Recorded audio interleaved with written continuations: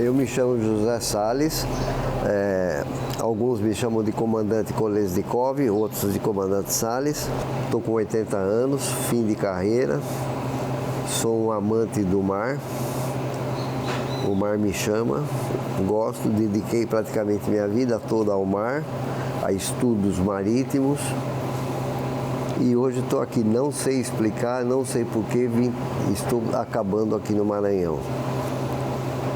Estou aqui no Maranhão já há 12 anos, trabalhei como gerente de operações portuárias no Porto Grande durante 2 anos, atendendo a Brasco, uma empresa do Eike Batista, quando ele veio para cá para perfuração de petróleo e gás. Iniciei minha vida trabalhando na VASP Viação Aérea São Paulo, uma grande empresa aérea no qual 51% das ações eram do governo e 49% eram particulares. Aonde o ex-senador Oreste Quercia, junto com o empresário de Brasília, dono da Viplan, quebraram a empresa, roubaram, quebraram, destruíram a VASP. Outra coisa, nós tivemos a maior empresa aérea do Brasil, chamada Paner do Brasil. Exemplo, aviões novos, Constellation, que quebraram a empresa. O ex-brigadeiro Eduardo Gomes, junto com o pessoal, quebraram a Paner do Brasil, que até hoje não foi ainda decretada a falência dela, mas todos os bens da empresa sumiram e os aviões Constellation tiraram da Paner do Brasil e deram para a Varig, Viação Aérea Rio Grandense. Foi onde iniciou a Varig. Então nós tivemos 3 grandes empresas. Nós tivemos a Paner do Brasil, a VASP e a Varig. 3 empresas nacionais. E depois as outras, a Transbrasil, a Cruzeiro do Sul, a Real Brasil. Nós tínhamos, na época, o nacionalismo, que era uma maneira de proteger as empresas brasileiras, sendo que a prioridade dos serviços era para empresas brasileiras.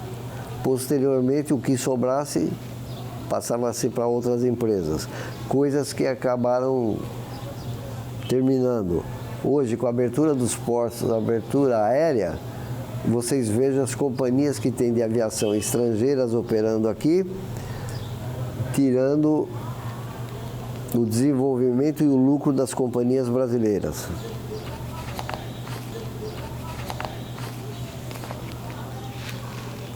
Eu comecei com 16 anos, trabalhando na oficina da VASP, no qual eu varria, limpava banheiro, lavava.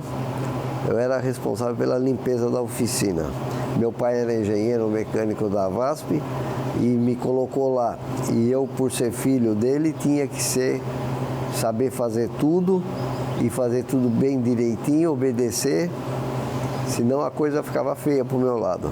Lavar peças a gente lavava com querosene, a mão descascava toda, porque não tinha os produtos que hoje tem e não tinha os tipos de luva que hoje tem. E era um serviço muito puxado, mas meu pai sempre dizia o seguinte: o exemplo tem que partir de casa. Então você, como meu filho, tem que ser o melhor de todos e tem que fazer tudo que os outros não fazem, você tem que fazer. Lavar chão, lavar banheiro, e assim foi. Sempre estudando, tentando aprender, e hoje eu me considero um psicólogo. Por quê? Quem tiver com depressão, tiver com problema financeiro, problema em casa, vá para uma praia. Se puder, fique numa pousada. Se não puder, monte uma barraquinha só para ouvir o barulho das ondas do mar, o quebrar das ondas. Isso é um santo remédio. É o que eu aconselho vocês a fazerem. Admiro muito a vida dos faroleiros aqui do Brasil. O Brasil tem 192 faróis em funcionamento. E os faroleiros iam com as famílias morar nos faróis, tomar conta dos faróis. Ou seja, eles davam a luz à noite para quem precisava enxergar. São umas histórias muito bonitas.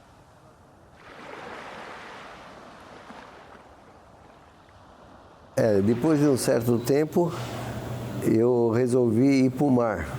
Uma companhia japonesa queria que eu fizesse a captação de algas marinhas para mandar para o Japão, a Epineia glacilaria. Aí eu fui para o mar. E posteriormente eles queriam comprar os atuns brasileiros para mandar para o Japão.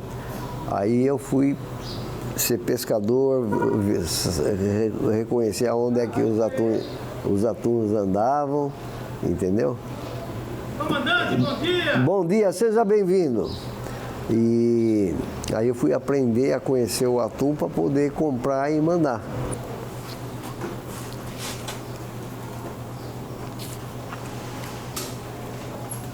Ó, esse aqui foi quando eu fui para aprender sobre o atum.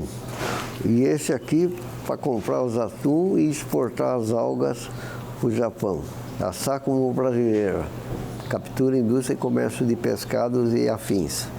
E posteriormente, eu fui, na época, o Lloyd brasileiro era a maior companhia de navegação brasileira e estava precisando de pessoal. E souberam e me indicaram para lá, eu fui para lá. Comecei também de baixo, passei por todas as fases, aprendi até me tornar comandante de navio. Viajei, conheço 80 países, falo o russo, o alemão e o inglês, que é obrigatório. Sempre dentro da disciplina, da ordem e dos bons serviços prestados. Cada país é totalmente diferente um do outro. Costumes, recepção, alimentação, você entendeu? Você tem que se adaptar. Você tem que ser que nem um jogador de futebol, se adaptar, entendeu? Às situações. Tem lugares maravilhosos e tem lugares péssimos. Eu gostei muito da Noruega, Dinamarca, dos países eslavos. Educação, limpeza em primeiro lugar.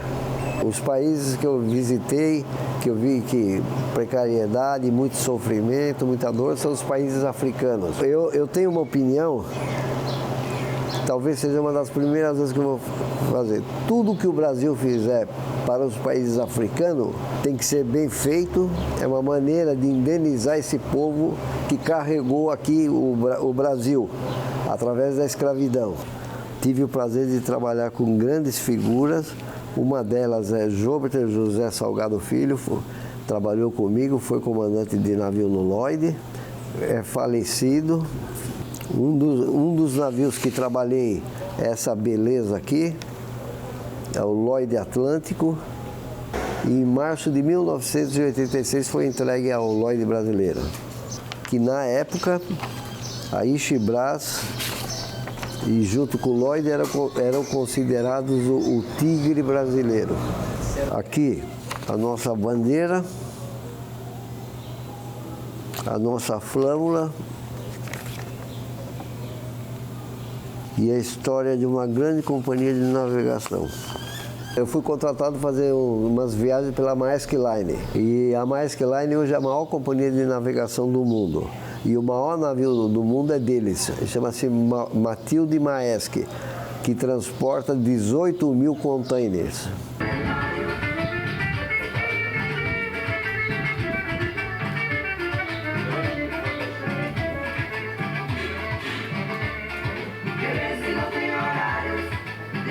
Em alto mar, a gente vê muitos sinais luminosos que não são aviões, não são satélites, que é difícil de definir. Você vê, às vezes, tipo bola de fogo saindo do mar, subindo, que também alguns dizem que é a mãe da água, mas a gente não pode também comprovar.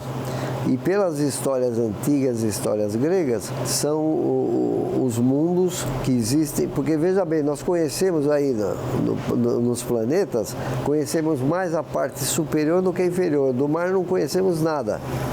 Nós temos aí as Marianas com 10 quilômetros de profundidade, temos aqui no Mediterrâneo profundidades de 5 quilômetros e nós sabemos muito pouco sobre o mar. Temos que ainda estudar e aprender muito.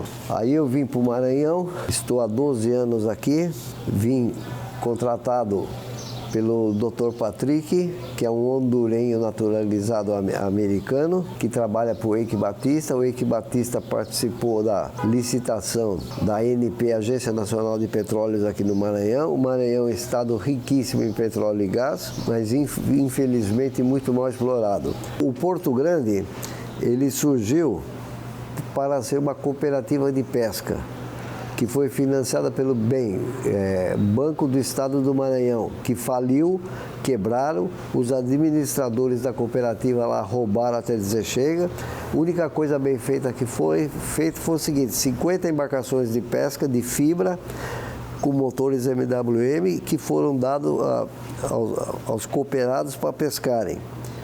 Posteriormente se acabou, os barcos foram abandonados na Raposa, uma história muito mal contada, e o Porto Grande era um grande porto pesqueiro, onde uma empresa chamada Neturno Pesca arrendou aquilo lá, e só a câmara frigorífica era para 600 toneladas. Muitas vezes o supermercado Mateus alugou lá a câmara frigorífica para guardar os frangos, guardar as coisas. E hoje está lá abandonado. Não existe mais a câmara frigorífica, não existe mais a fábrica de gelo. Está tudo abandonado lá. Eu fui gerente portuário através da Serve Porto, que é a dona dos ferryboats e do navio Vila Real, do Tubarão 1 e do Atins. São 3 embarcações de apoio portuário. O Atins e o Tubarão fornecendo água e o Vila Real fornecendo óleo e combustível aos navios e às outras embarcações. O Maranhão tem uma história. Aliás, nós temos uma bandeira tétrica, que é essa aí. Você vê o formato, o desenho dela, é uma coisa pesada, aonde o estado do Maranhão vem sofrendo a maldição do rei Sebastião. O rei Sebastião se sentiu traído pelo povo maranhense e jogou uma maldição, que isso aqui não iria para frente de jeito nenhum. E infelizmente parece que isso aí está se confirmando. Entra ano após ano e a coisa não melhora, a coisa não cresce. A história é meio complicada, você entendeu? Ele se sentiu traído pelo povo, nos Lençóis maranhenses. É questão de aprofundar mais na história, talvez até fazerem uma pesquisa lá nos Lençóis, que é realmente onde tudo aconteceu. São Luís ainda tem espaço e condições e capacidade de ser instalado 3 portos para poderem ajudar em Itaqui. Tanto Porto Seco como Porto Molhado. Nós ainda temos 3 áreas que têm condições de ser feitos sem atrapalhar ninguém, sem prejudicar ninguém. Agora, essas embarcações que a gente vê parado aqui na área 4, isso é um prejuízo para o Estado. Isso é falta de cais e falta de operações portuárias, guindastes mais modernos. Entendeu? Vocês vejam um monte de navio que fica parado aí. Isso aí é uma perca muito grande, encarece o frete marítimo, porque o navio está parado, mas a tripulação está comendo, está recebendo salário, não está carregando e nem descarregando, está parado. E isso encarece o custo. Agora, o que é de se estranhar é que aqui nós não temos um estaleiro, nós não temos aqui uma cooperativa de pesca organizada. A pesca profissional aqui não funciona, são embarcações antigas, sem condições, tudo em condições precárias. E o Maranhão é um estado riquíssimo em lagosta, em caranguejo e peixes. Você não ouve e não sabe quanto que o governo, o estado arrecada de impostos sobre as lagostas que saem daqui e vai para o Ceará, sobre os caranguejos que saem de Parnaíba, aqui de toda a região do Maranhão vai embora para o Ceará. Ou seja, o estado, o governo não investe no setor pesqueiro, que é um setor produtivo. Veja bem, ninguém é obrigado a concordar comigo e eu acredito que nós estamos aqui nessa vida em recuperação, ficamos todos de segunda época. Ou seja, nós nascemos novamente e voltamos para ter mais uma chance de fazer mais um exame e ver se passa na vida. Eu acredito na reencarnação. Nada na nossa vida é por acaso, tudo tem um motivo, tem um significado. O fato de estar vivo é que tivemos pecado e estamos aqui para pagar. Uns sofrem mais, outros menos, entendeu? Eu, por exemplo, em 1600 morri afogado, em 1700 morri em batalha, Em 1800 morri enforcado. Em 1900 eu sou aquele de azul que está ali pendurado, que eu não sei o que vai acontecer. Isso aí entra o ocultismo, entra uma série de coisas, entendeu? Cada um recebe uma cruz com determinado peso para carregar, uns mais, outros menos.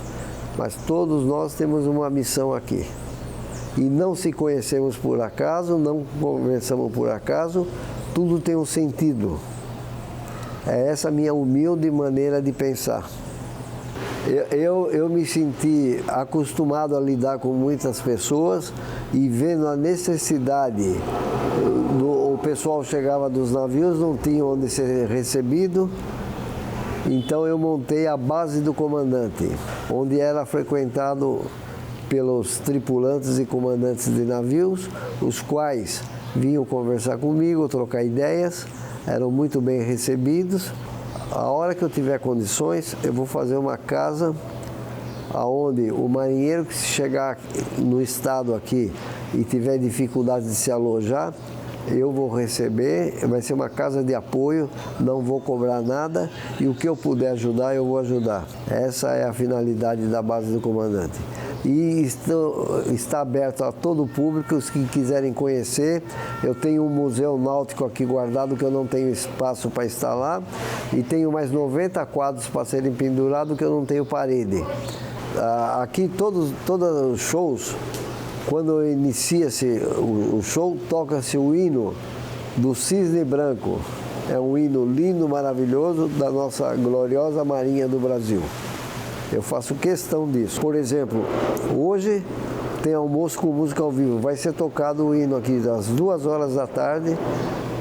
Toca-se o hino do Cisne Branco. E o Cisne Branco foi um dos navios de escola da Marinha do Brasil. Outra coisa, eu estou afastado praticamente há 2 anos.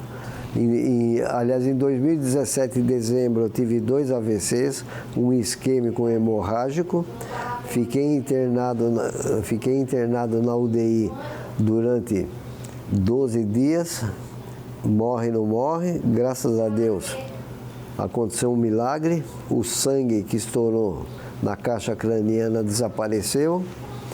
Aí queriam me operar, eu fiquei com medo, não autorizei minha operação. E aí pegaram meus exames, mandaram para Melbourne, na Austrália, para estudarem o que aconteceu, para onde é que foi parar esse sangue. Sequelas. Hoje eu sinto as pernas um pouco fracas, no qual me impede de estar subindo escadas e andando muito. Então, eu dei uma parada. Sinto muita saudade de navegar, muita saudade da convivência dentro das linhas do navio, das amizades, das boas conversas, das boas noites. Muita saudade. Embora eu sei que pela idade não vou conseguir fazer mais isso, mas eu tenho ainda a esperança de acabar comprando uma embarcação de apoio portuário e voltar a navegar, eu comandando minha própria embarcação. Devido ao conhecimento que tenho, a experiência, a vivência de vida, o sobe e desce, eu estou em condições de ajudar em uma consultoria, trocar ideia, ouvir problemas e tentar ajudar da melhor maneira possível. Agradeço a todos, meu muito obrigado e avante Maranhão, vamos subir, vamos crescer.